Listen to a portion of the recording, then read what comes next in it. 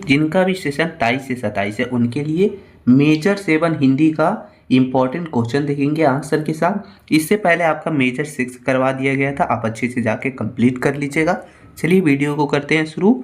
तो हमारा जो पहला क्वेश्चन है दोस्तों, वो है सृजनात्मक लेखन की परिभाषा एवं स्वरूप का वर्णन कीजिए। ठीक है, इम्पॉर्टेंट है, तो चलिए हम लोग समझेंगे। तो सृजनात्मक लेखन का शाब्दिक अर्थ होता है निर्माण। ठीक है, निर्माण या फिर रचना करना, उसी को बोलते हैं सृजनात्मक लेखन। सृजनात्मक का इसका अर्थ है निर्माण या रचना करना। जब कोई लेखन अपनी निजी अनुभव, संवेदनाओं और विचारों को कल्पना के मिश्रण के साथ इस प्रकार अभिव्यक्त करता है कि वह पाठक को एक नई दुनिया में ले जाए, तो उसे सृजनात्मक लेखन कहते हैं। यानी कि लेखक जो है अपने अनुभव से, कोई मतलब संवेदनाओं से, विचार से, या फिर ये सब को मिला के एक जो है अभिव्यक्ति लिखता है, लेखन लिखता है, जिससे जो पढ़ने वाला व्यक्ति है वो एक नई दुनिया में चल जाए, मतलब वो सोचने समझने पर मजबूर हो जाए, तो उसे बोलते हैं सृजनात्मक लेखन। इसका परिभाषा देखिए, हमने लिखा है कि सृजनात्मक लेखन वह कला है जिसमें भाषा का प्रयोग केवल सूचना देने के लिए नहीं, बल्कि भावनाएं जगाने और सौंदर्य की अनुभूति कराने के लिए किया जाता है, उसे ही सृजनात्मक लेखन कहते हैं। इसमें क्या कहा जा रहा है उससे अधिक महत्व इस बात का होता है कि कैसे कहा जा रहा है। ठीक है, यानी इस कविता में क्या बोला जा रहा है वो महत्वपूर्ण ज़्यादा नहीं है, लेकिन कैसे बोला जा रहा है वो ज़्यादा महत्वपूर्ण है। तो ये है सृजनात्मक लेखन। अब इसके स्वरूप के बारे में हम लोग देखेंगे। तो सृजनात्मक लेखन का जो स्वरूप है वो अन्य प्रकार के लेखन से बिल्कुल अलग होता है, बिल्कुल भिन्न होता है, जिसे हम लोग अच्छे से समझेंगे। देखिए, पहला हो जाता है कल्पनाशीलता। यह सृजनात्मक लेखन की आत्मा है। लेखक अपनी कल्पना शक्तियों से ऐसी स्थिति, पात्र या फिर दृश्य का निर्माण करता है जो वास्तविक दुनिया में ना होकर भी सच प्रतीत होता है। यानी कि कल्पना वगैरह कविता में, लेख में ज़्यादा होता है। यानी जो आपका जो लेखक होता है वो मतलब ऐसा स्थिति, ऐसा पात्र और ऐसा दृश्य निर्माण कर देता है लेखन के माध्यम से कि वास्तविक दुनिया में ना होकर भी वो असली लगने लगता है। तो ये पहला हो गया। दूसरा है व्यक्तित्वता और मौलिकता। प्रत्येक सृजनात्मक लेखन का दुनिया को देखने का अपना नजरिया होता है। वह किसी पुराने विषय को अपनी मौलिक दृष्टि से नया रूप दे देता है। इसमें लेखक के व्यक्तित्व की छाप स्पष्ट दिखाई देती है। यानी कहने का मतलब ये है, जितने भी सृजनात्मक लेखक है वो अलग अलग तरीके से लिखते हैं। सबका जो है मतलब लेखन लिखने की तरीके अलग है। कोई कोई क्या करते हैं, पुराने विषय को ही नए रूप देकर लेखन के रूप में प्रस्तुत कर देते हैं। ठीक है, कल्पना वगैरह उसमें रहता है। आगे है संवेदनात्मकता।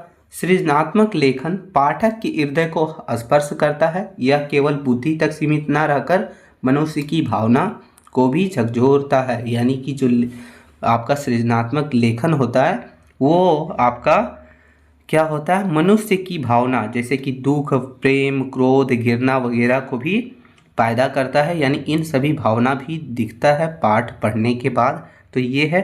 आगे है चौथा हम लोग का कि भाषा का कलात्मक उपयोग यानी प्रयोग। इस लेखन में भाषा केवल संचार का माध्यम नहीं बल्कि साध्य होता है। लेखक प्रतीकों, बिंबों, अलंकार और विशिष्ट शब्द चयन के माध्यम से भाषा में सौंदर्य भरता है। यानी मतलब ऐसा भाषा होता है, यानी प्रतीक वगैरह यूज करता है, बिंब वगैरह यूज करता है, कलाकार, अलंकार और बहुत सारे अलग अलग कुछ खास विषय या भी खास शब्द वगैरह का चुन के ये जो है लेखन तैयार किया जाता है। वही बोल रहा है कि भाषा का कलात्मक उपयोग। फिर पांचवा उद्देश्य पूर्णता। उसका प्राथमिक उद्देश्य यही होता है सुखा यानी स्वयं की खुशी और पाठक को रसानुभूति कराना होता है। हालांकि श्रेष्ठ सृजनात्मक लेखन समाज का आईना दिखाने या किसी गहरी मानवीय सच्चाई का उजागर करने का भी काम करता है। तो ये इसका उद्देश्य होता है। उद्देश्य ये होता है कि जो मतलब खुद को खुशी मिले और जो पाठक, जो पढ़ने वाला है उसको भी जो है मतलब रसानुभूति मिले, मतलब अच्छा लगे। ठीक है उसमें। लेकिन सृजनात्मक जो लेखन है उसका असली मायने ये है कि वो समाज के आईने के रूप में काम करे, समाज का जो है मानवीय सच्चाई को उजागर करे। तो ये इसका उद्देश्य होता है। आगे देखेंगे सृजनात्मक लेखन की प्रमुख विधाएं। सृजनात्मक लेखन मुख्य रूप से दो भागों में बांटा गया है। पहला हो गया काव्य विधा, दूसरा हो गया गद्य विधा, यानी कविता के माध्यम से और एक बड़ा सा लेख वगैरह के माध्यम से, कथा जैसा। तो इसमें जो है क्षय होता है, छंद होता है, रस होता है और भावों की प्रधानता होती है, जैसे कविता, गीत, गजल, महाकाव्य वगैरह, तो उसे ही बोलते हैं काव्य विधा। ठीक है। दूसरा हो गया हम लोग का गद्य विधा। इसमें कथा और विचार का विस्तार होता है। ठीक है। जिसमें क्या क्या आता है, तो जिसमें कहानी और उपन्यास आता है, नाटक आता है और अन्य विधा आता है। तो पहले देखेंगे कहानी और उपन्यास। इसमें पात्रों और घटनाओं के माध्यम से जीवन का चित्रण होता है। नाटक है यह मंचन के उद्देश्य से लिखा जाता है, जहां संवादों का बहुत ही महत्व अधिक दिखाया जाता है। फिर अन्य विधा जिसमें निबंध हो गया, स्मरण हो गया, रेखा चित्र, आत्मकथा और यात्रा वृत्तांत, इन सभी माध्यम से भी गद्य विधा को मतलब दिया जाता है सृजनात्मक लेखन का। फिर हो गया दोस्तों कि सृजनात्मक लेखन के चरण, यानी इसके चरण कितने चरण से ये गुजरते हैं। तो एक अच्छी सृजनात्मक रचना इन चरणों से गुजरती है। पहला होता है प्रेरणा, किसी भी घटना हो, दृश्य हो या फिर व्यक्ति को देखकर मन में उपजा हुआ विचार, यानी प्रेरणा आना चाहिए। दूसरा है चिंतन मनन, उस विचार को मन में विकसित करना और पात्रों या फिर घटनाओं का ढांचा तैयार करना। तो ये सब चरण से हो के जो है एक सृजनात्मक लेखन लिखा जाता है। फिर अभिव्यक्ति, शब्दों के माध्यम से उसे कागज पर उतारना। फिर है परिशोधन, लिखते हुए को फिर से पढ़ना और भाषा की जो भी गलतियां वगैरह उन सभी को सुधार कर उसे कलात्मक बनाना, ताकि पाठक को जो है मतलब पढ़ने में उसकी भावना वगैरह जगह अच्छा लगे। ठीक है। इसका निष्कर्ष देख लेते दोस्तों। तो लिखा है कि सृजनात्मक लेखन है केवल शब्दों का संजाल नहीं है, बल्कि यह मानवीय जीवन की गहन संवेदनाओं की अभिव्यक्ति है। यह लेखक के भीतर की सृजक को जीवित रखता है और पाठकों को मानवीय मूल्यों और सौंदर्य बोध से जोड़ता है। एक सफल सृजनात्मक लेखन वही है जो अपनी रचना से पाठक को सोचने पर मजबूर कर दे और उसके मन में अस्थायी प्रभाव छोड़ जाए। तो ये आपका था सृजनात्मक लेखन के बारे में। ठीक है। आगे हम लोग देखेंगे दोस्तों जो दूसरा क्वेश्चन है हम लोग का कि साहित्य का सौंदर्य शास्त्र किसे कहते हैं, इसके उद्देश्य और महत्व को स्पष्ट कीजिए। तो ये भी इम्पॉर्टेंट क्वेश्चन है, आपको अच्छे से कर लेना है। तो सौंदर्य शास्त्र, जिसको मूल्यतः जो है दर्शन शास्त्र की वह शाखा है, यानी सौंदर्य शास्त्र जो है वो दर्शन शास्त्र का वह शाखा होता है जो सुंदरता और कला का अध्ययन करती है। जब इसे साहित्य पर लागू किया जाए तो साहित्यिक सौंदर्य शास्त्र कहलाता है। यानी यही सौंदर्य शास्त्र को अगर साहित्य पर लागू किया जाए तो इसे बोलते हैं साहित्यिक सौंदर्य शास्त्र। ठीक है। परिभाषा देखेंगे तो परिभाषा लिखा है कि साहित्य का सौंदर्य शास्त्र वह शास्त्र है जो यह निर्धारित करता है कि किसी रचना में कौन सा तत्व है जो उसे सुंदर बनाता है और पाठक को आनंद प्राप्त करता है।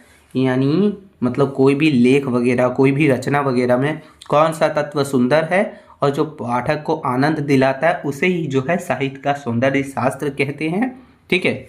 इसमें शब्द का चयन हो गया, बिंब हो गया, प्रतीक हो गया, छंद हो गया, अलंकार हो गया और सबसे महत्वपूर्ण रस का अध्ययन वगैरह किया जाता है। तो ये हमारा था साहित्य का सौंदर्य शास्त्र के बारे में। आगे हम लोग इसका और देखेंगे जिसमें है भारतीय संदर्भ में इसे जो है रस निष्पत्ति या फिर ध्वनि सिद्धांत से जोड़कर देखा जाता है, जबकि पश्चात संदर्भ में इसे कलात्मक मूल्य कहा जाता है। ठीक है।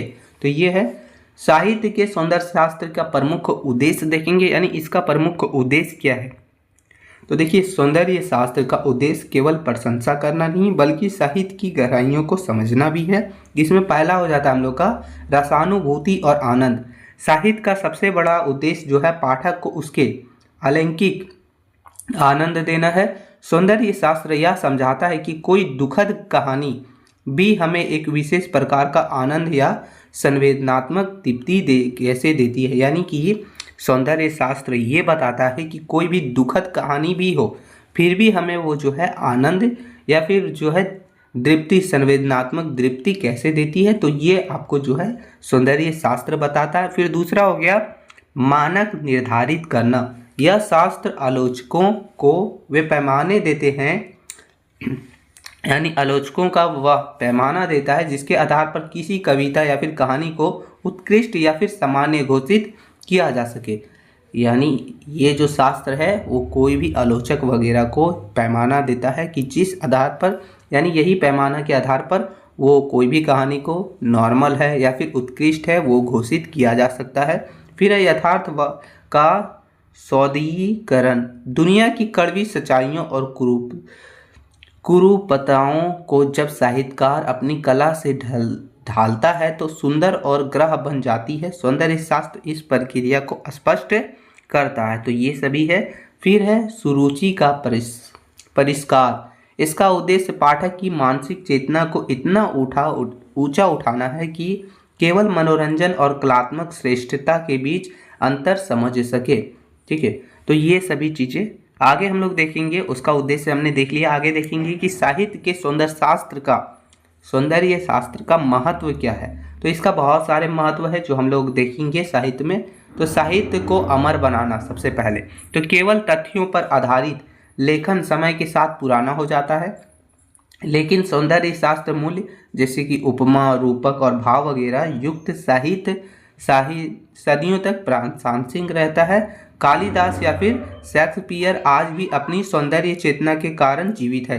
कहने का मतलब ये है कि देखिए, पुराने तत्व वगैरह, प्रूफ वगैरह या फिर कोई चीज़ों के आधार पर अगर लेखन लिखा जाता है तो वो समय के साथ पुराना हो जाता है, लेकिन सौंदर्य शास्त्रीय मूल्य से जो है साहित्य तैयार किया जाता है वो हमेशा के लिए जो है प्रासंगिक रहता है। तो ये कहने का मतलब है, जिसमें एग्जाम्पल पर लिया है कि कालिदास, जो कि आज भी उसका सौंदर्य चेतना जो है बहुत ज़्यादा जीवित है, यानी अच्छी है। फिर है भावनात्मक परिपक्वता।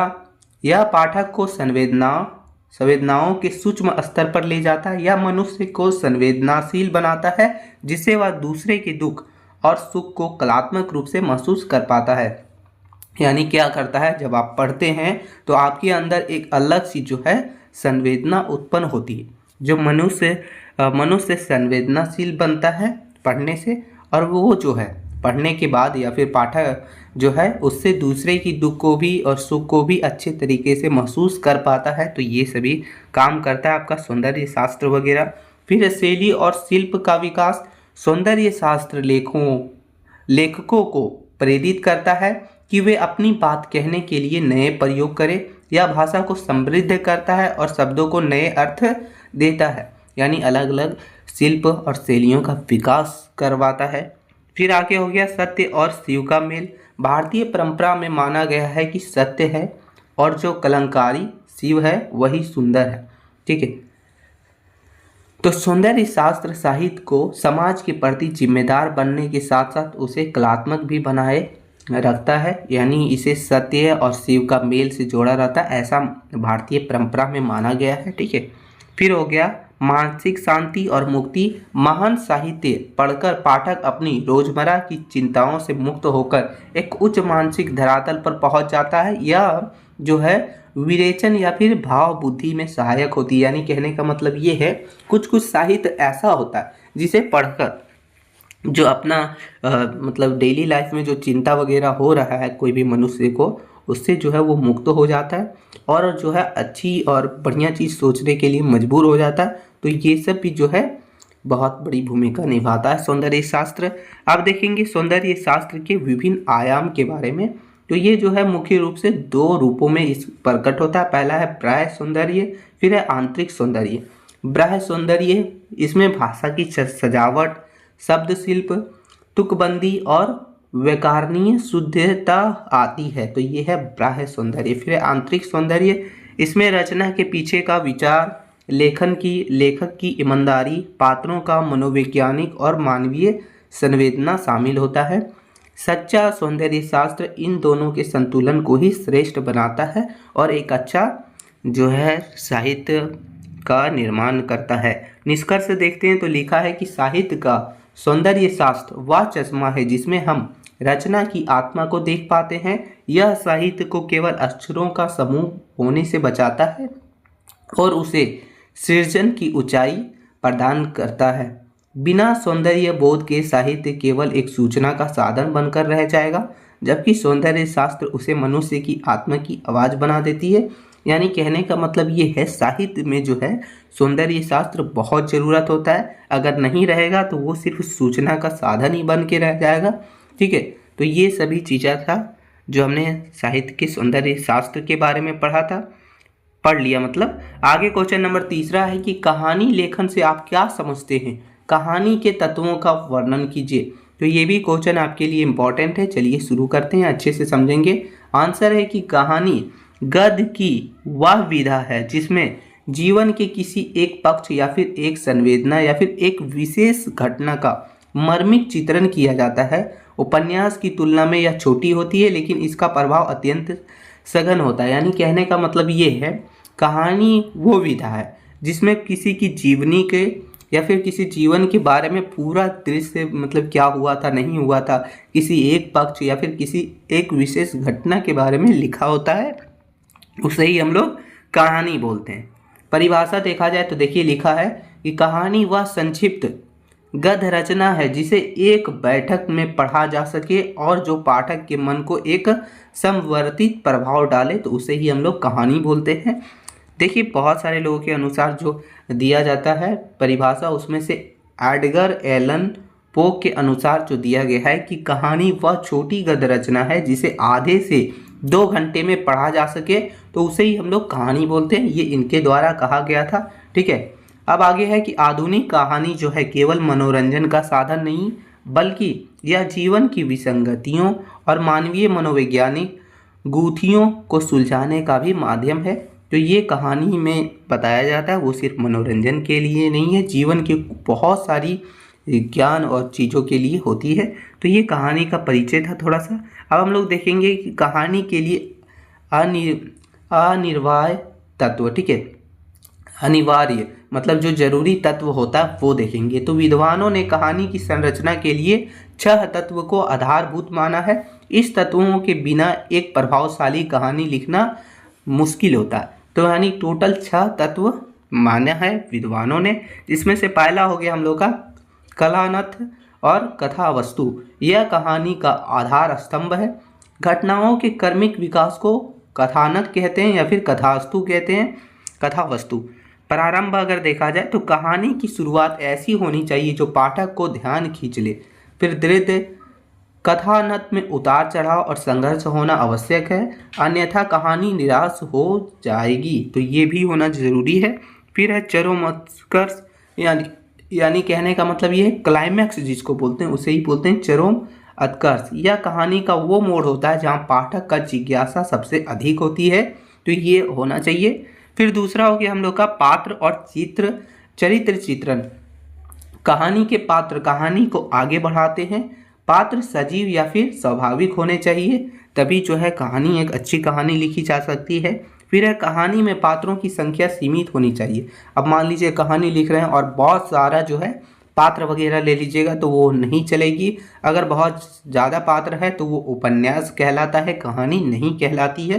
तो ये ध्यान रखिएगा। फिर है लेखक को पात्रों की कार्य, उसके विचार और उसकी मानसिक स्थिति के माध्यम से उसका चित्रण उजागर करना चाहिए ताकि पाठक उसे जुड़ाव महसूस कर सके और अच्छे से पढ़ने में भी उसे अच्छा लग सके। तो ये था हमारा दूसरा। तीसरा है दोस्तों संवाद या फिर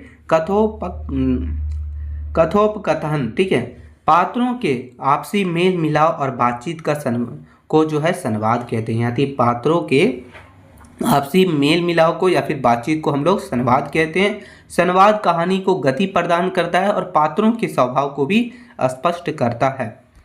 आगे है कि संवाद संक्षिप्त, रोचक, अर्थपूर्ण और पात्र के सामाजिक स्तर के अनुकूल होना चाहिए। उदाहरण के लिए अगर देखा जाए तो एक अनपढ़ ग्रामीण और एक शिक्षित डॉक्टर के बोलने के तरीके में अंतर होना चाहिए। मान लीजिए आप कहानी लिख रहे हैं तो दोनों के बीच अगर संवाद हो रहा हो तो दोनों के बीच बोलने में अंतर होना चाहिए। लगना चाहिए कि एक डॉक्टर बोल रहा है, लगना चाहिए कि एक अनपढ़ ग्रामीण बोल रहा है, तभी कहानी में जो है मतलब अच्छा लगता है। ठीक है, फिर आगे चौथा हो गया हम लोग का कि देश काल और वातावरण। कहानी जिस स्थान या फिर समय पर आधारित है उसका चित्रण को ही हम लोग जो है वातावरण कहलाता है और वो जरूरी होता है। यदि कहानी जो है ऐतिहासिक है तो उस समय के रीति रिवाज और वेशभूषा का वर्णन होना चाहिए, और यदि कहानी अभी का है तो अभी की रीति रिवाज और वेशभूषा का वर्णन होना चाहिए। ठीक है। सटीक वातावरण चित्रण से कहानी में यथार्थबोध पैदा होता है, जो पाठक खुद को उस परिवेश का हिस्सा महसूस करने लगता है। तो देखिए ये सब होने के बाद क्या होता है, अगर पाठक कहानी पढ़ रहा है तो उसे खुद महसूस होने लगता है कि हम भी जो है वहाँ का हिस्सा है, मतलब फील होने लगता है रियल जैसा। ठीक है। फिर है भाषा शैली दोस्तों। तो लेखक अपनी बात जो है जिस ढंग से कहता है उसी शैली का होना चाहिए। भाषा विषय के अनुरूप होनी चाहिए, सरल होना चाहिए, कठिन ये सब थोड़ा मतलब जिस तरह से कहानी वही हिसाब से होना चाहिए। फिर आगे है मुहावरे, लोक पंक्तियों और प्रतीकों का प्रयोग कहानी को और अधिक प्रभावशाली बनाता है। शैली ऐसी होनी चाहिए कि पाठक के सामने शब्दों के माध्यम से चित्र बन जाए। यानी कहने का मतलब ये है कि देखिए कहानी में मुहावरा, लोकगीत और प्रतीक वगैरह का उपयोग करके कहानी को और भी अच्छा अट्रैक्टिव बनाया जाता है। तो शैली ऐसी होनी चाहिए जो अगर पाठक पढ़ रहा हो तो उसके सामने जो है शब्द के माध्यम से ऐसा लगे कि वो चीज़ मेरे सामने घट रहा हो, तो ऐसा होना चाहिए। ठीक है। फिर आगे हो गया हम लोग का उद्देश्य। अगर देखा जाए तो बिना उद्देश्य के कोई भी रचना सार्थक नहीं होता। प्राचीन समय में कहानी का उद्देश्य था उपदेश देना। ठीक है। लेकिन आज का उद्देश्य क्या है, तो आज का उद्देश्य है किसी सामाजिक समस्या का उजागर करना, मानवीय स्वभाव का किसी बारीकी को दिखाना। फिर है पाठक को रहासुनुभूति कराना या फिर उसे सोचने पर मजबूर कराना। तो ये सब आज का उद्देश्य है कहानी लिखने का। एक अच्छी कहानी की विशेषताएं क्या क्या होती है वो हम लोग देखेंगे। तो एक सफल कहानी जो है लेखन के लिए निम्नलिखित गुण आवश्यक है, तभी एक सफल कहानी लेखन लिखी जा सकती है। जिसमें पहला हो गया प्रभाव की एकता। पूरी कहानी एक ही केंद्रीय भाव या फिर संवेदना के इर्द गिर्द घूमनी चाहिए। फिर एक कौतूहल, कहानी में आगे क्या होगा कि जिज्ञासा अंत तक बनी रहनी चाहिए, यानी वैसा लगते रहना चाहिए कि आगे क्या होगा, ताकि लोग जो है उस पर जो है कॉन्सेंट्रेट करते देखते रहें, पढ़ते रहें। फिर है संक्षिप्तता, अनावश्यक विस्तार कहानी जो है वो प्रभाव को कम कर देती है, यानी बिना मतलब की चीज़ें जो है वो नहीं लिखनी है, ज़्यादा संक्षिप्त में मत जाना है, बस जो ज़रूरत है वही लिखना है। फिर है स्वाभाविकता, घटनाएं और पात्र कृत्रिम नहीं बल्कि वास्तविक लगने चाहिए, तभी जो है पाठक के मन को अच्छे से भ्रमित करता है, प्रेरित करता है। ठीक है। निष्कर्ष देखा जाए तो कहानी लेखन केवल शब्दों को जोड़ना नहीं बल्कि अनुभूतियों को बुनना है। जहाँ कथानक शरीर है वो पात्र उसकी धड़कन है और उद्देश्य उसकी आत्मा। आज के व्यस्त जीवन में कहानी अपनी संक्षिप्तता और सघनता के कारण साहित्य की सबसे लोकप्रिय विधा बन चुकी है। तो ये कहानी के बारे में हमने देखा। तो अगर पूछा जाए तो आपको इसी तरह से लिख देना है। आगे हम लोग क्वेश्चन नंबर चौथा देखेंगे। जो क्वेश्चन नंबर चौथा है दोस्तों कि काव्य लेखन की परिभाषा देते हुए उसके तत्वों का वर्णन कीजिए। देखिए काव्य लेखन पूछे या फिर कविता लेखन पूछे तो आपको आंसर यही लिखना है। तो चलिए देखते हैं। तो आंसर है कि काव्य या फिर कविता वह विधा है जिसमें किसी भाव, विचार या घटना को कल्पना और संगीत के माध्यम से संक्षिप्त रूप में व्यक्त किया जाता है। कविता में अर्थ के साथ साथ ध्वनि और सौंदर्य का फिर विशेष महत्व होता है। यानी कहने का मतलब ये हो गया कि कविता एक ऐसा विधा है जिसमें किसी का भाव हो गया, विचार हो गया, घटना, संगीत, इन सभी के माध्यम से व्यक्त किया जाता है। कविता में ध्वनि यानी आवाज़ के साथ साथ जो है एक सौंदर्य का भी विशेष महत्व होता है। देखिए आगे इसकी परिभाषा देखते हैं। तो भारतीय दृष्टिकोण यानी आचार्य रामचंद्र शुक्ला के द्वारा ये जो है परिभाषा दी गई है। जिस प्रकार आत्मा की मुक्त अवस्था ज्ञान दशा कहलाती है, उसी प्रकार हृदय की मुक्त अवस्था रस दशा कहलाती है। हृदय की इसी मुक्ति साधना के लिए मनुष्य की वाणी जो शब्द विधान करती आई है उसे जो है कविता कहते हैं। तो ये कहा था आचार्य रामचंद्र शुक्ला के अनुसार। फिर है संस्कृत साहित्य के अनुसार जो कहा गया वो देखिए कहा गया रसात्मक वाक्य कवयतम, अर्थात रस युक्त वाक्य ही काव्य है, ऐसा कहा गया है। ठीक है। फिर है पश्चात दृष्टिकोण यानी कॉर्लिलीज के द्वारा तो सर्वश्रेष्ठ शब्दों का सर्वश्रेष्ठ क्रम ही कविता है। तो ये सभी चीज़ें कहा गया है। ठीक है। अब देखेंगे जो कविता आपका है उसके लिए अनिवार्य तत्व के बारे में, यानी कविता के लिए जो अनिवार्य तत्व है। तो काव्य के स्वरूप को समझने के लिए इसे दो मुख्य पक्षों में विभाजित किया जाता है, जिसमें है भाव पक्ष जिसको आंतरिक पक्ष भी बोलते हैं, दूसरा है कला पक्ष जिसको बाह्य पक्ष भी बोलते हैं। ठीक है, तो भाव पक्ष पहले देखेंगे हम लोग। तो भाव पक्ष या कविता की आत्मा है जो पाठक के मन को स्पर्श करती है। इसमें भाव होता है। कविता का मूल आधार जो है मानवीय संवेदना, जिसमें प्रेम, करुणा, क्रोध, उत्साह, भक्ति वगैरह होती है। बिना गहरे भाव के कविता केवल शब्द का संग्रह बनकर रह जाता है। तो ये भाव होना बहुत जरूरी है। तो ये हो गया। फिर आगे हो गया हम लोग का कल्पना। कवि अपनी कल्पना से यथार्थ को नया रूप देता है। कल्पना ही साधारण बात को असाधारण और चमत्कारिक बनाती है। तो कल्पना भी जरूरी है। फिर है विचार। श्रेष्ठ कविता में भावनाओं के साथ साथ एक दार्शनिक विचार या फिर संदेश भी छिपा होता है जो समाज को दिशा भी देता है। तो ये था भाव पक्ष। ठीक है, जिसको आंतरिक पक्ष भी बोलते हैं। फिर हो गया हम लोग का कला पक्ष, या फिर इसे शिल्प पक्ष या फिर इसे बाह्य पक्ष भी बोलते हैं।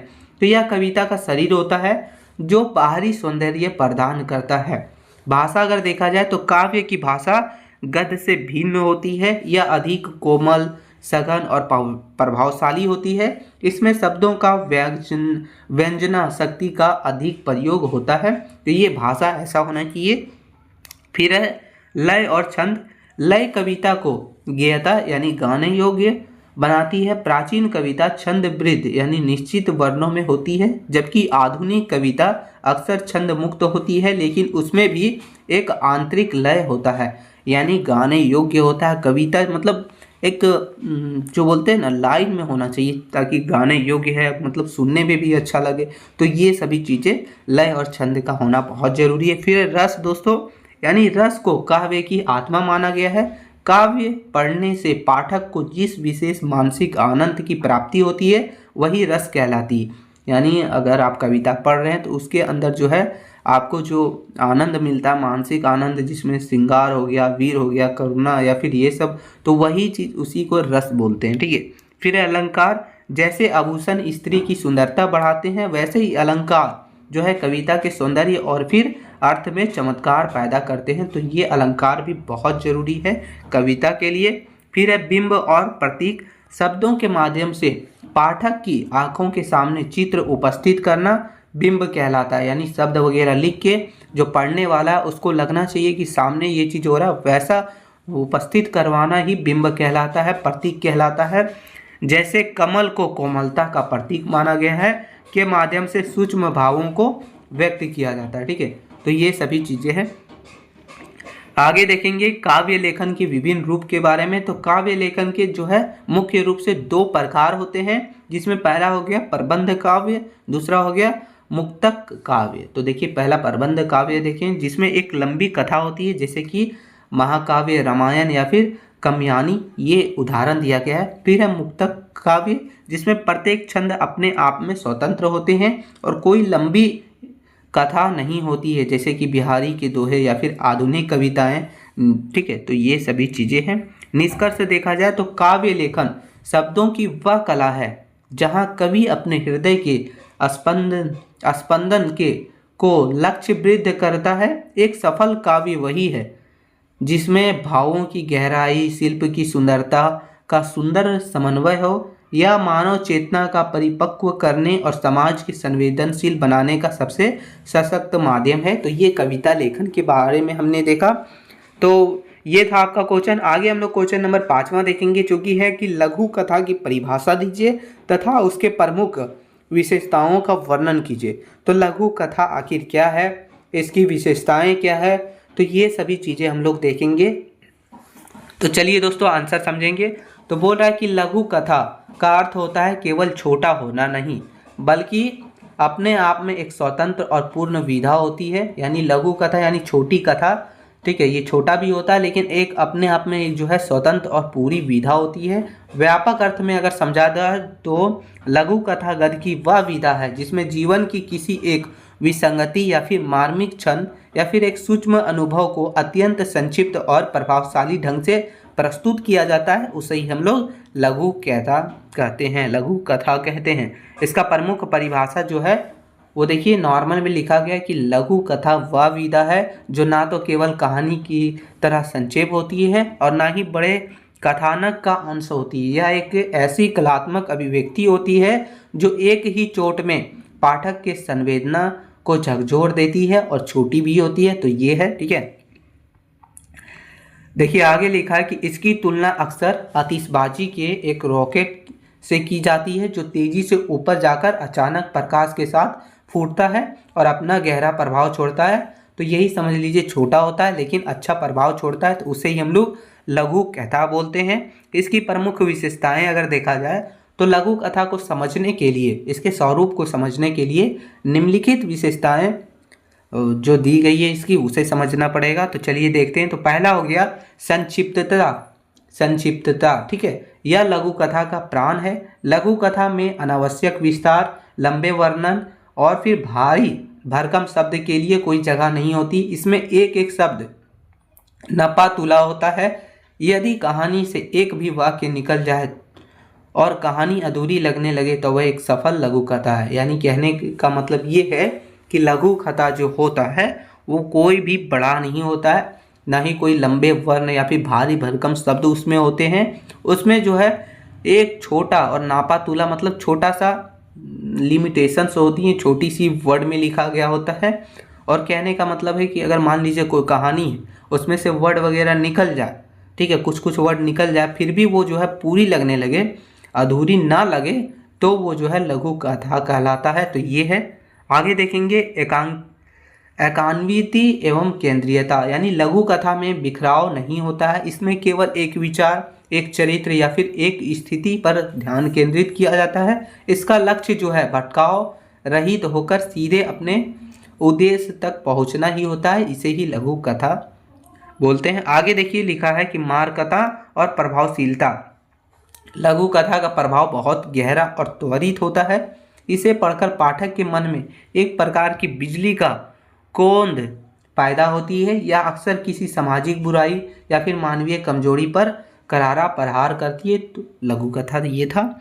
आगे देखेंगे विसंगति पर आधारित। अधिकांश सफल लघु कथाएं जो है वो समाज में व्यक्त विरोधाभासों, दोहरे चित्रों एवं विसंगति पर आधारित होती है। लेखक जो है वो समाज के किसी छुपे हुए सच को उजागर करने के लिए लघु कथा का जो है सहारा लेता है। यानी कहने का मतलब ये है, जो अधिकांश जो सफल लघु कथा हुई है वो समाज की जो कुरीतियाँ वगैरह है, यानी विसंगतियाँ वगैरह, उसी पर आधारित रहती है। आगे है हम लोग का पांचवा, वो है प्रतीकात्मकता और संकेतिकता।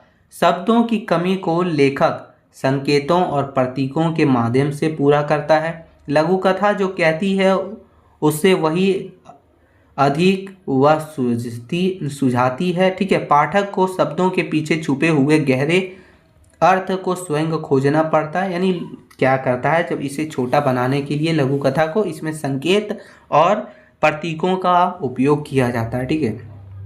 आगे छठा है वो है कौतूहल और चौंकाने वाला अंत। लघु कथा का अंत प्रायः पाठक की कल्पना के विपरीत होता है। अंतिम वाक्य या फिर शब्द पूरी कथा का केंद्र होता है, जो अचानक पाठक के सामने एक नई सच्चाई खोलकर रख देता है। यही वह क्षण होता है जहां लघु कथा अपना उद्देश्य पूरा करती है। तो ये था हमारा।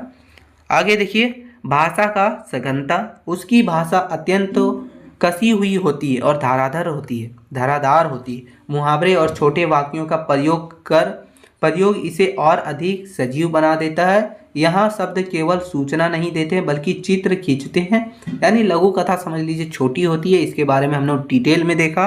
आगे इसका निष्कर्ष आप थोड़ा सा लिख लीजिएगा। निष्कर्ष हमने लिखा है कि लघु कथा आज के फास्ट युग की विधा है। यह गागर और सागर भरने की वह कला है जो मानवीय संवेदनाओं को धार देती है। एक अच्छी लघु कथा वह है जो पाठक को केवल मनोरंजन न दे बल्कि उसे सोचने पर विवश करते और समाज की विद्रूपताओं के प्रति जागरूक करे। यह अपनी सूक्ष्मता में भी अपनी विशालता समेटे हुए है, तो उसे ही हम लोग लघु कथा बोलते हैं। लघु कथा के बारे में हमने सब चीज़ें देख ली। तो ये था। आगे जो आप लोग का क्वेश्चन नंबर 6 है वो भी बहुत ही इंपॉर्टेंट है। बोल रहा है कि उपन्यास की परिभाषा दीजिए तथा उसके प्रमुख तत्वों का वर्णन कीजिए। तो उपन्यास के बारे में भी आपको अच्छे से पढ़ लेना। तो देखिए आंसर लिखा है कि उपन्यास, इसका शाब्दिक अर्थ ही होता है उप यानी कि समीप यानी कि लंबा, और न्यास मतलब रखी हुई धरोहर के यौन से बना हुआ ही है। इसका शाब्दिक अर्थ है ऐसी रचना जो पाठक को अपने जीवन के ही कथा लगे और उसे अत्यंत समीप महसूस हो, ठीक है, अपने जैसा ही महसूस हो, तो उसे ही उपन्यास बोलते हैं। जैसे देखिए ये कुछ परिभाषा दिए गए हैं जो कि मुंशी प्रेमचंद्र के अनुसार, जिसमें पहला हो गया कि मैं उपन्यास को मानव चरित्र का चित्र मात्र समझता हूँ। मानव चरित्र पर प्रकाश डालना और उसके रहस्यों को खोलना ही जो है उपन्यास का मुख्य तत्व है, ये मुंशी प्रेमचंद्र के अनुसार कहा गया था।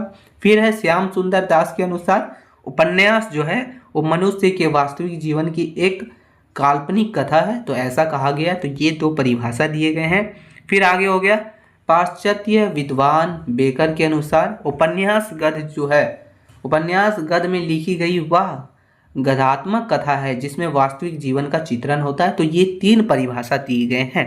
फिर देखेंगे उपन्यास के लिए जो है जरूरी तत्व यानी अनिवार्य तत्व, तो किसी भी उपन्यास को सफल बनाने या फिर उसकी बनावट के लिए टोटल 6 तत्वों की आवश्यकता होती है, जो हम लोग अच्छे से समझेंगे। तो पहला हो गया कथानक और कथावस्तु, यह उपन्यास का मूल ढांचा या फिर शरीर होता है। उपन्यास का जीवन की घटनाओं का एक सुसंगठित क्रम में पिरोता है, तो ये होना चाहिए, जिसमें विस्तार होता है विकास होता है। तो चलिए दोनों देखते हैं। तो विस्तार है कि कहानी की विपरीत उपन्यास का कथानक बहुत ही विस्तृत होता है यानी लंबा होता है और पूरे डिटेल में लिखा होता है, संक्षिप्त में लिखा होता है। इसमें एक मुख्य कथा के साथ साथ कई प्रशांसिक और फिर सहायक कथाएं चलती रहती है।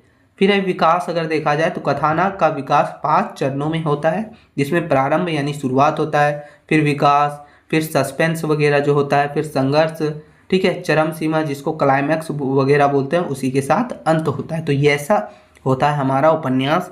फिर आगे है दोस्तों दूसरा हम लोग का, जो कि पात्र और चरित्र चित्रण। उपन्यास में पात्रों के माध्यम से ही कथा आगे बढ़ती है। सजीवता, उपन्यास के पात्र जीते जागते मनुष्य होने चाहिए, न कि केवल लेखक के विचार का कठपुतलियां, यानी कि जीते जाते मनुष्य वगैरह के बारे में ही लिखा होना चाहिए। फिर विकास इसका देखा जाए तो उपन्यास का सबसे बड़ा गुण पात्रों का मनोवैज्ञानिक विकास है। समय और परिस्थितियों के अनुसार पात्रों के स्वभाव में आने वाले बदलावों को लेखक अपनी सूक्ष्मता से चित्रित करता है। इसमें नायक, नायिका और खलनायक के साथ अनेक अन्य पात्र भी होते हैं। तो ये उपन्यास के बारे में था। आगे है कि संवाद या फिर कथोपकथन, पात्रों के आपसी वार्तालाप को संवाद कहते हैं। इसके बिना उपन्यास बोझिल हो जाता है, यानी आपसी बात बहुत जरूरी है। इसका काम क्या है, तो देखिए संवाद पात्रों के चरित्र को उजागर करता है, कथा को गति देता है और नाटकीयता पैदा करता है। विशेषता इसका देखा जाए तो संवाद संक्षिप्त, रोचक, स्वाभाविक और पात्र के सामाजिक स्थिति, शिक्षा और परिवेश के अनुकूल होने चाहिए। ठीक है, आगे दोस्तों जो हमारा है चौथा, वो है देशकाल और वातावरण। उपन्यास जिस समय और जिस स्थान की पृष्ठभूमि पर लिखा गया है उसका सजीव चित्रण वातावरण कहलाता है, जिसमें यथार्थबोध। यदि उपन्यास ग्रामीण जीवन पर है तो वहाँ की रीति रिवाज, खान पान, वेशभूषा और लोक भाषा का वर्णन होना जरूरी है उपन्यास में। यह तत्व उपन्यास को विश्वसनीय और यथार्थवादी बनाता है, यानी असली लगता है इससे। ठीक है, तो मतलब जहाँ का है, गांव का है तो गांव का रीति रिवाज, खान पान वगैरह होना चाहिए। तो ये सभी चीज़ें उपन्यास में होनी चाहिए। फिर है भाषा शैली, तो भाषा वह माध्यम है जिससे लेखक जो है पाठक से जुड़ता है। विविधता, उपन्यास की भाषा सरल, सुबोध और पात्रों के अनुकूल होनी चाहिए।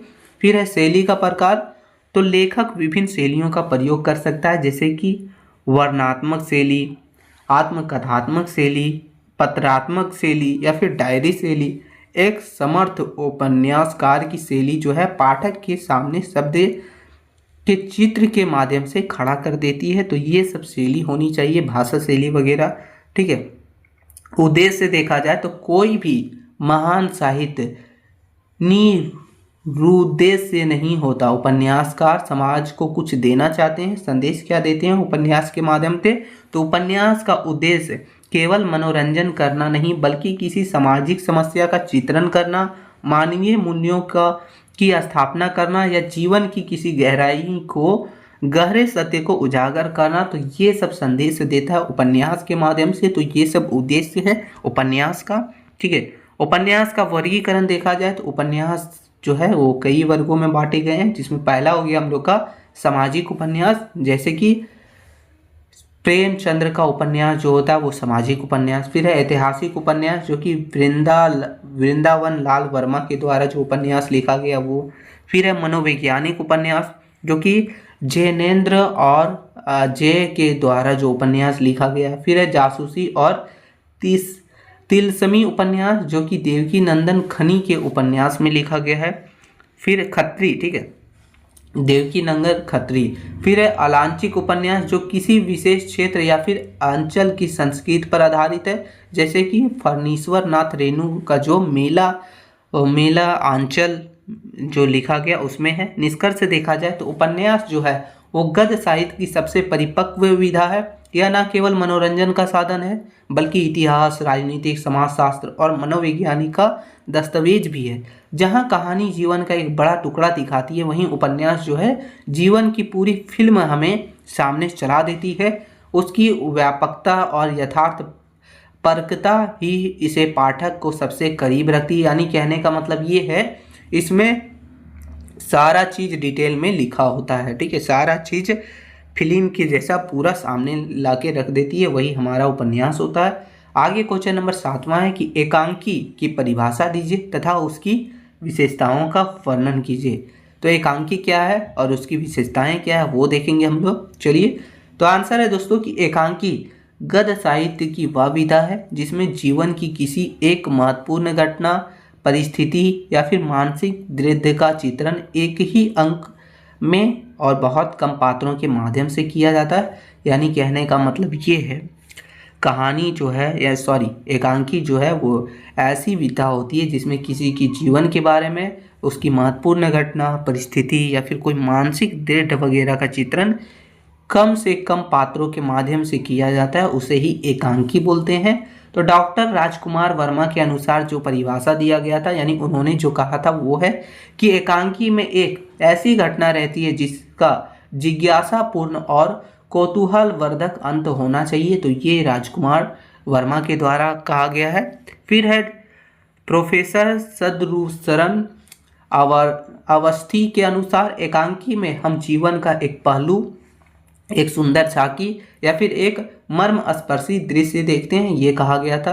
तो संक्षेप में अगर हम अपनी भाषा में देखें तो एकांकी वह नाट्य विधा है जिसमें समय, स्थान और कार्य की एकता का पालन करते हुए कथानक को तीव्र गति से चरम सीमा तक पहुंचाया जाता है, तो उसे ही हम लोग एकांकी बोलते हैं। ठीक है, इसकी प्रमुख विशेषताएं देखते हैं हम लोग। तो एकांकी को अन्य नाट्य विधाओं से अलग करने के लिए इसकी प्रमुख विशेषताएं होती है, जिसमें पहला हो गया हम लोग का कि एक अंक की संरचना। एकांकी की सबसे बड़ी विशेषता इसकी एक अंक में होना चाहिए। इसमें नाटक की तरह अनेक अंक या फिर दृश्य नहीं होते। पूरी कथा एक ही प्रवाह में आदि से लेके अंत तक चलती रहती है, तो यही एकांकी होता है। इसमें जो है अलग अलग पात्र, अलग अलग दृश्य नहीं होते हैं, तो ये है। फिर दूसरा है संकलन श्रेय। एकांकी की सफलता के लिए संकलन श्रेय का पालन अनिवार्य माना जाता है। समय की एकता, घटना बहुत ही कम समय में होनी चाहिए, यानी 30 से 45 मिनट घटित होनी चाहिए। स्थान की एकता, पूरी कथा एक ही स्थान या फिर एक ही मंच पर घटित होनी चाहिए, एक ही जगह का कुछ घटना के बारे में दिखाया जाता है एकांकी में। फिर आगे हो गया कार्य की एकता। एकांकी में केवल एक मुख्य उद्देश्य या फिर घटना होनी चाहिए, कोई सहायक कथा नहीं होनी चाहिए, तो ये एकांकी है। आगे है दोस्तों, जिसमें तीसरा हम लोग का है संक्षिप्तता और तीव्रता। एकांकी में विस्तार के लिए कोई स्थान नहीं होता, इसकी कथा बहुत तेजी से विकसित होती है। प्रारंभ से पाठक या फिर दर्शक में क्लाइमैक्स जग जाता है, यानी शुरू से ही क्लाइमैक्स उसके अंदर आ जाता है, या बहुत जल्द अपने चरम बिंदु में पहुंच जाती, यानी छोटी होती है। शुरू से ही जो है क्लाइमैक्स आ जाता है और बहुत जल्दी जो है अंत तक अपने चरम सीमा तक पहुंच जाती है। तो ये है। आगे है पात्रों का सीमित संख्या। एकांकी में जो है पात्र की संख्या जो है कम से कम होती है, यानी 3 से 8 के बीच ही होती है। पात्रों की चरित्र का विकास दिखाने का समय नहीं होता है इसमें, इसलिए उसके व्यक्तित्व का सबसे महत्वपूर्ण पक्ष ही संवाद के माध्यम से उजागर किया जाता है। यानी एकांकी में उसके विकास वगैरह के, उसके चरित्र वगैरह का विकास का दिखाने का टाइम नहीं होता है, डायरेक्ट उसके संवाद को ही दिखा दिया जाता है, जिसके माध्यम से हमें पता चल जाता है कि उसका चरित्र कैसा है। ठीक है, तो ये है प्रभाव की एकता। एकांकी का लक्ष्य जो है वो पाठक या फिर दर्शक के मन में एक गहरा और एकीकृत प्रभाव छोड़ना होता है। कहानी खत्म होने के बाद भी उसका प्रभाव मन में बना रहता है, वही एकांकी होता है, यानी प्रभाव की एकता। फिर है संवादों की प्रधानता। एकांकी में संवाद छोटे, चुस्त, तीखे और अर्थपूर्ण होते हैं। संवाद ही कथा को गति देते हैं और वातावरण का निर्माण करते हैं। प्रत्येक शब्द का अपना एक महत्व होता है। तो ये एकांकी के बारे में था। संवादों की प्रधानता होती है, यानी बातचीत करने की भी प्रधानता होती है। फिर है रंग मंचीयता। एकांकी मूल्यता मंच पर अभिनय के लिए लिखी जाती है। इसमें रंग निर्देश बहुत ही स्पष्ट होते हैं ताकि सीमित संसाधनों में ही उसे प्रभावी ढंग से प्रस्तुत किया जा सके। तो ये सभी था अनिवार्य। फिर आगे देखेंगे एकांकी के लिए प्रमुख तत्व। ऊपर हमने विशेषताएं देखी थी, अब इसके प्रमुख तत्व देखेंगे। तो एकांकी के लिए जो तत्व है, तत्व भी नाटक और उपन्यास के ही समान होते हैं, लेकिन उसमें स्वरूप संक्षिप्त होता है। यानी कहने का मतलब ये है, जो आपका नाटक और उपन्यास होता है उसमें स्वरूप संक्षिप्त होता है, इसमें संक्षिप्त नहीं होता है, लेकिन इसका तत्व सेम ही होता है। कथानक यानी कि सरल और सुसंगठित होता है। फिर है पात्र जो कि सजीव और प्रभावशाली होनी चाहिए। फिर है संवाद जो कि संक्षिप्त और नाटकीय होनी चाहिए। फिर है देश काल, जिसको वातावरण भी बोलते हैं, ये यथार्थवादी होनी चाहिए। भाषा शैली आपकी जो है वो सरल और प्रभावपूर्ण होनी चाहिए। उद्देश्य इसका जो है किसी सत्य या फिर समस्या का उद्घाटन के लिए ये एकांकी लिखी जाती है। निष्कर्ष देखेंगे तो निष्कर्ष लिखा है कि आज के भागदौड़ भरे युग में जहां लोग के पास समय की कमी है, एकांकी अपनी संक्षिप्तता और मारक क्षमता के कारण अत्यंत लोकप्रिय है। या कम समय में समाज की किसी भी समस्या या फिर मानवीय संवेदना को गहराई से व्यक्त करने का सबसे बड़ा साधन के रूप में है। हिंदी साहित्य में डॉक्टर राजकुमार वर्मा, उपेंद्रनाथ, अशक और भुवनेश्वर प्रमुख एकांकीकार माने जाते हैं। तो ये आपका था एकांकी के बारे में, उसकी विशेषता, उसके तत्व वगैरह हर एक चीज़ हमने देखा। आगे क्वेश्चन नंबर 8वां देखेंगे, जो आपके लिए ये भी बहुत ज़्यादा इम्पोर्टेंट है। क्वेश्चन है दोस्तों कि नाटक लेखन की प्रमुख तत्वों की विवेचना कीजिए। यानी नाटक लेखन के बारे में हमें देखना है, उसके प्रमुख तत्व के बारे में देखना है। तो चलिए देखते हैं। लिखा है कि नाटक साहित्य की एकमात्र ऐसी विधा है जो सुनने के साथ साथ यानी श्रेय के साथ साथ दृश्य यानी देखने योग्य भी होती है। भारतीय आचार्य भरत मुनि ने नाटक को पंचम वेद कहा है। क्या कहा है? पंचम वेद, क्योंकि यह समाज का हर वर्ग को शिक्षा, मनोरंजन प्रदान करता है। नाटक केवल पढ़ने के लिए नहीं बल्कि मंच पर अभिनय के लिए भी लिखा जाता है, इसलिए इसके तत्व अन्य विधाओं से थोड़े भिन्न और अधिक जटिल होते हैं। तो देखिए, कहने का मतलब ये है, जो आपका नाटक है वो एक ऐसा विधा है, सिर्फ एक ही ऐसा विधा है जिसमें आप सुन भी सकते हैं, देख भी सकते हैं सुनने के साथ साथ, और उसी के कारण इसे जो है भारतीय आचार्य भरत मुनि ने इसे पंचम वेद कहा है, क्योंकि ये जो है समाज के हर वर्ग के लिए यानी शिक्षा के लिए, मनोरंजन के लिए, ये सभी चीज़ जो है प्रदान करता है हर वर्ग को। और ये जो है सिर्फ पढ़ने के लिए नहीं बल्कि आप मंच पे जो है अभिनय के लिए भी लिखा जाता है, और इसका तत्व जो है इसीलिए सभी विधाओं से थोड़ा सा अलग होता है और जटिल होता है। नाटक के लिए प्रमुख तत्व देखेंगे नाटक लेखन के लिए, तो इसमें पहला हो गया कथानक और कथावस्तु। कथानक यानी नाटक का शरीर है। नाटक में वर्णित घटनाओं के क्रमिक विकास को कथानक ही कहते हैं। जिसमें दृश्य हो गया, नाटक में दृश्य का होना अनिवार्य है। यदि यह दो पात्रों के बीच या फिर पात्र के अंतर्मग्न में हो सकता है। बिना संघर्ष या फिर विरोध के नाटक आगे नहीं बढ़ सकता। यानी कहने का मतलब ये है, जैसे नाटक होता है उसमें त्रित्व होना बहुत जरूरी है, कम से कम दो आपस में पात्र होनी चाहिए जो आपस में बात कर रहा हो, तभी नाटक जो है संभव हो पाता है, विकास हो पाता है। फिर है इसके विकास के चरण अगर देखा जाए तो कथानक 5 अवस्था में जो है गुजरता है। पहले शुरुआत होती है, फिर इसका विकास होता है, फिर मध्य जिसको बोलते हैं चरम सीमा या फिर क्लाइमैक्स वगैरह, फिर उतार होता है और लास्ट में अंत होता है। तो ऐसे जो है आपका जो है नाटक चलता है। आगे हो गया पात्र और चरित्र चित्रण। पात्र जो है नाटक के प्राण होते हैं। नाटक की सफलता इस बात पर निर्भर करती है कि पात्र कितने वास्तविक और प्रभावशाली हैं। यानी पात्र जो नाटक है वो जो है पात्र जो है वो नाटक के प्राण के रूप में होती है। किसी भी नाटक को सफल करने के लिए उसका पात्र जो है वो बहुत जरूरी होता है और पात्र जो है वास्तविक और प्रभावशाली होनी चाहिए, तभी नाटक सफल हो पाता है। आगे है कि नायक और प्रतिनायक। मुख्य पात्र को नायक और विरोधी को प्रतिनायक कहा जाता है। तो ये होता है। फिर स्वाभाविकता। पात्रों का चरित्र चित्रण केवल शब्द लेखन के शब्द से नहीं बल्कि उनके कार्य उनके व्यवहार से होनी चाहिए। दर्शक पात्रों में अपनी छवि देखते हैं, इसलिए उनमें मानवीय संवेदनाएं होनी चाहिए। यानी कहने का मतलब ये है कि जो नाटक में पात्रों का चरित्र चित्रण किया जाएगा वो सिर्फ शब्द से नहीं बल्कि उसका काम से उसका व्यवहार से होना चाहिए। क्योंकि जो पाठक होते हैं, जो दर्शक होते हैं, वो अपनी छवि जो है वो पात्र में ही देखते हैं। पात्र मतलब उसमें अपनी छवि देखते हैं, इसलिए उसकी छवि जो है मानवीय संवेदनाएं भी होनी चाहिए उसकी छवि में। तो ये हो। आगे है तीसरा जो है संवाद या फिर कथोपकथन। संवाद नाटक का सबसे सशक्त तत्व है। नाटक में लेखक खुद कुछ नहीं कहता, ठीक है, सब कुछ पात्रों के माध्यम से कहलवाता है, तो वही आपका होता है। यानी कहने का मतलब ये है नाटक में लेखक खुद कुछ नहीं कहता है, जो भी कहलवाता है वो पात्रों के माध्यम से कहलवाता है। इसकी विशेषताएं देखा जाए तो विशेषताएं संवाद छोटे, चुस्त और अर्थपूर्ण होने चाहिए। लंबे और दार्शनिक संवाद नाटक को उबाऊ बना देते हैं। यानी कि कहने का मतलब है छोटे संवाद होने चाहिए, छोटी बात होनी चाहिए, अर्थपूर्ण होनी चाहिए। क्योंकि ज़्यादा लंबा होता है तो वो जो है उबाऊ बना देते हैं, यानी बोरिंग बना देता है। कार्य देखें तो संवाद पात्रों के व्यक्तित्व को उजागर करते हैं और कथा को आगे बढ़ाते हैं। उदाहरण के लिए एक क्रोधी पात्र के संवादों में भाषा का तीखापन होना चाहिए। यानी कहने का मतलब ये है संवाद यानी बातचीत जो है वो पात्रों का व्यक्तित्व को भी दिखाता है।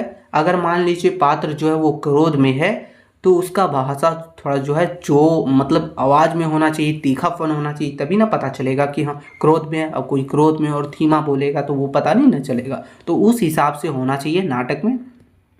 आगे चौथा है जो है देश काल जिसको या फिर वातावरण। तो नाटक और घटनाओं का समय और स्थान के साथ तालमेल होना ही जो है वातावरण कहलाता है। ऐतिहासिक और सामाजिक चित्रण। यदि नाटक मुगल काल का है तो पात्रों की वेशभूषा, बातचीत का तरीका और मंच की सजावट वैसी ही होनी चाहिए। यह तत्व नाटक में यथार्थ पैदा करता है। यानी कहने का मतलब है जैसा आपका नाटक है वैसा ही वेशभूषा, वैसा ही बातचीत, वैसा ही मंच, ये सभी चीज़ें तैयारी होनी चाहिए। अब मान लीजिए आप जो है मुगल काल के बारे में दिखा रहे हैं, आप उसे कुछ और पहना दीजिएगा, कुछ और मतलब उनकी भाषा में बात नहीं कीजिएगा, तो वो सच्चा जैसा मतलब रियल जैसा फील नहीं होगा। तो इसलिए जैसा काल में वो है, मुगल काल में है, तो वैसा ही वेशभाषा होनी चाहिए, वैसा ही बातचीत का तरीका होना चाहिए, मंच की सजावट भी वैसी ही होनी चाहिए। आगे है भाषा शैली। तो नाटक की भाषा सरल और संप्रेषणीय होनी चाहिए, क्योंकि दर्शक अनपढ़ को भी हो सकता है और विद्वान भी। यानी कहने का मतलब ये है कि नाटक की जो भाषा है वो बहुत ही नॉर्मल वर्ड में होना चाहिए, क्योंकि जो पढ़ने वाला है वो अनपढ़ भी हो सकता है और बहुत ज़्यादा पढ़ा लिखा भी, तो दोनों लोग पढ़ सके इसके लिए जो है भाषा शैली सरल और बहुत ही अच्छी होनी चाहिए। ठीक है। पात्रानुकूल भाषा, यानी भाषा पात्रों की स्थिति के अनुसार होनी चाहिए। राजा की भाषा संस्कृत निष्ठ या फिर मर्यादित और एक मजदूर की भाषा बोलचाल की या फिर अलंकित होना चाहिए।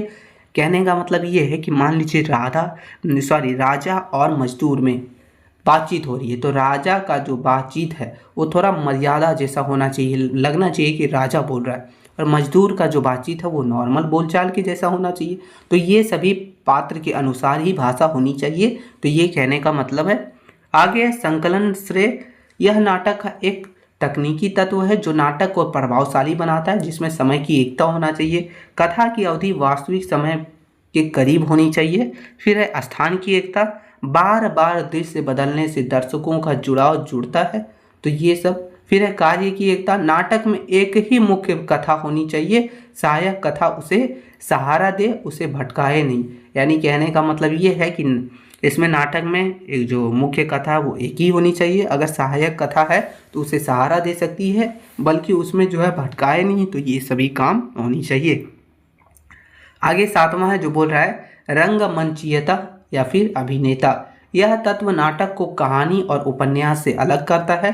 लेखक को नाटक लिखते समय यह ध्यान रखना पड़ता है कि इसे मंच पर प्रस्तुत किया जा सके, तो वही हिसाब से लिखना रहता है। जैसे कहानी है तो आप अपने हिसाब से लिख दीजिएगा कि ऐसे हुआ था वैसे हुआ था, लेकिन नाटक को आपस में संवाद होनी चाहिए, शुरुआत होनी चाहिए, क्योंकि देखिए उसे कई बार मंच पर प्रस्तुत किया जाता है तो नाटक के जैसा ही लिखा जाना चाहिए। जिसमें रंग निर्देश। नाटक में कोष्टक में मंच के निर्देश दिए जाते हैं, जैसे कि पात्र को रोते हुए प्रवेश, मंच पर अंधेरा छा जाता है। यदि इसमें प्रकाश या फिर संगीत और वेशभूषा का विशेष महत्व नहीं अगर दिया जाए तो वो नाटक जो है नाटक के जैसा नहीं लगेगा। ठीक है, तो ये सभी चीज़ें बहुत ज़रूरी होती है। रंग निर्देश बहुत ज़रूरी होता है, जहाँ जैसा ज़रूरत हो वहाँ वैसा दिखाया जाता है। आगे इसका उद्देश्य देखा जाए तो भरत मुनि के अनुसार नाटक का उद्देश्य जो है हितोपदेश जननम, यानी हित का उपदेश देना, मनोरंजन के साथ साथ किसी सत्य को उदादित करना, सामाजिक बुराइयों पर चोट करना या फिर किसी महान चरित्र को सामने लाना नाटक का मूल्य उद्देश्य कहलाता है। ये भरत मुनि के अनुसार कहा गया था, तो ये ध्यान रखिएगा। आगे रस का अगर बात करा जाए तो भारतीय नाट्य शास्त्र में रस को नाटक की आत्मा माना गया है। नाटक देखते समय दर्शकों के मन में आनंद या फिर भाव पैदा होता है और उसे ही हम लोग रस कहते हैं। जैसे कि वीर रस जो कि उत्साह के लिए होता है, करुणा रस जो कि दुख के लिए होता है। यानी नाटक देखते समय जो मन में भावना उत्पन्न होता है उसे ही रस बोलते हैं। ठीक है, आगे देखेंगे तो इसका निष्कर्ष देख लेते हैं। इस मतलब समझ लीजिए हमने नाटक के बारे में हर एक चीज़ देख लिया। अब इसका निष्कर्ष देखते हैं। तो लिखा है कि नाटक लेखन एक अत्यंत चुनौतीपूर्ण काम है। ठीक है, इसमें लेखक न केवल एक कहानी बुनती है बल्कि उसे अभिनेता, मंच और दर्शकों की सीमाओं का भी ध्यान रखना पड़ता है। एक सफल नाटक वही है जिसमें संवाद दर्शकों की जुबान पर चढ़ जाए, जिससे पात्र अमर हो जाए और उसकी मंचन समाज के लिए एक नई दिशा प्रदान करे, तो वही नाटक होता है। यानी नाटक में हर एक चीज़ को देखते हुए ध्यान में रखते हुए लिखना पड़ता है, क्योंकि उसे मंच पर भी दर्शकों के सामने प्रस्तुत करना पड़ता है। तो ये सभी चीज़ें नाटक के बारे में था। हमने ज़्यादा नहीं, सिर्फ 8 ही क्वेश्चन लिया है और यही 8 क्वेश्चन जो है वो आपके लिए बहुत ज़्यादा इंपॉर्टेंट है। बस आपको यही 8 क्वेश्चन अच्छे से कर लेना है, बस आपका एग्जाम में अच्छे से आप लिख पाइएगा। ठीक है, तो यही था, इसका ऑब्जेक्टिव भी आपको करवाया जाएगा। मिलते हैं नई वीडियो में दोस्तों। थोड़ा भी हेल्पफुल लगा एक छोटा सा लाइक ज़रूर कर दीजिएगा। तब तक के लिए जय हिंद मित्रों।